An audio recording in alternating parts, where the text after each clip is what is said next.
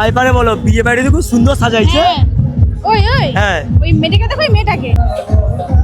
ওই যে সাদা টপ পরে আছে রে। হ্যাঁ কি হচ্ছে? আরে ওর ঢং জানোনি? কেন? ওর নাম পায়েল, হ্যাঁ। আমাদের স্কুলে পড়তো, হ্যাঁ। একসঙ্গে পড়তাম।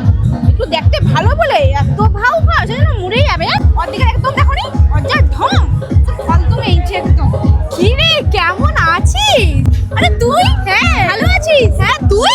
তোকে আজ দারুণ লাগছে কিন্তু। তোকেও খুব সুন্দর লাগছে। তোকে তো খুব মিস করি।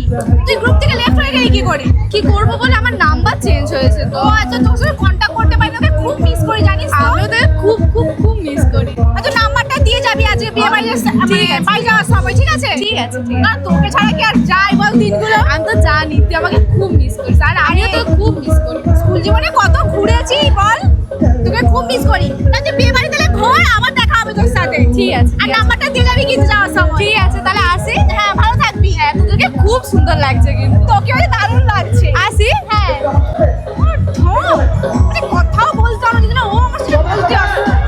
আমার তো গা যেন টকবক করে রক্ত ফুটছিল ওকে দেখে। কথাটা বলতে এলে বলো, না হলে কে ওর সঙ্গে কথা বলবে?